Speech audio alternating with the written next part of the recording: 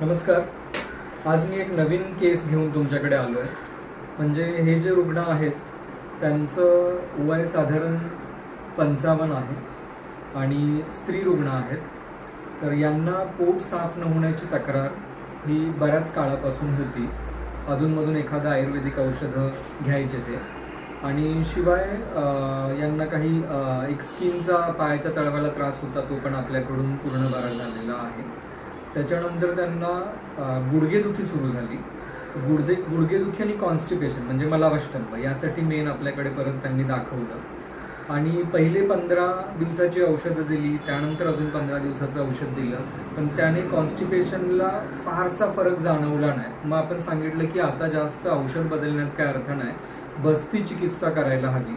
तर 10 दिवसाचं बस्तीकर्म त्यांना आपण ॲडवाईज केलं आणि ते बस्तीकर्म आपण केलं. तर बस्तीकर्मानंतर तुम्ही आता इकडे बघू शकता या फॉलोअपला 3 जून 2026 हा फॉलोअप आहे. तर बस्ती चिकित्सेनंतर चांगला फरक होता. 8 दिवस तरी फरक होता आणि त्याच्यानंतर आपण पोटातली औषधं कंटिन्यू करायला सांगितलेली, पण पोटातली औषधं साधारण 1 महिना त्यांनी टाळली आणि पुढचा कोर्स त्यांनी केला नाही. मग नंतर आता त्यांना पुन्हा त्रास व्हायला लागला. मग त्यांनी आपल्याकडे पोटातली औषधं घ्यायला सुरुवात केली. तर इथे तुम्ही बघू शकता जानुशूल जो आहे 95% कमी आलं असं त्यांनी फॉलोअपमध्ये सांगितलेलं आहे आपल्याला.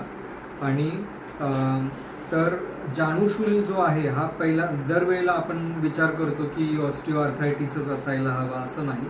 तर मलावष्टंभचं जे मूळ कारण असतं, अपान वायू प्रतिलोम झाला की मलावष्टंभ होत असतो. तर अपानाची गती जी आहे ती आपण अनुलोम केली आणि त्याच्यामुळे वातवृद्धी जी आहे ती कमी आली आणि सांध्यांच्या ठिकाणी जो त्रास देत होता त्याचा उपशय झाल्यामुळे जानुशूल हा कमी आलेला आहे. आणि यांच्यामध्ये तुम्ही बघू शकता mucosal wall thickness 4.6 mm at gastric antrum suggestive of gastritis सांगितलेलं आहे. 22 जानेवारी 2026चा रिपोर्ट आहे. Gaseous distension of bowel loops आहे. Colon loaded with faecal matter आहे, म्हणजे मळ साचलेला आहे कोलॉनमध्ये आणि गॅस साठलेले आहेत आणि fatty infiltration of liver and pancreas असं आलेलं आहे. म्हणजे एकंदर काय, लिव्हरचं पाचक रस जो आहे तो व्यवस्थित नसल्यामुळे, लिव्हर फंक्शन व्यवस्थित नसल्यामुळे पचन व्यवस्थित नाही, एक्सक्रिशन पण अफेक्ट झालेला आहे अपान वायूचा प्रतिलोम झाल्यामुळे, त्याच्यामुळेच कॉन्स्टिपेशन दिसतंय. आणि ह्या सगळ्याचा परिणाम म्हणून गॅस्ट्रायटिस नंतर डेव्हलप झालेला आहे. तर लिव्हरचं काम चांगलं करणं, पाचकरस तिथला चांगला निर्माण करणं, अपान वायूचं अनुलोमन करणं ही आपली लाईन ऑफ ट्रीटमेंट आहे. गॅस्ट्रायटिस जो आहे तो आपोआप कमी येणार आहे.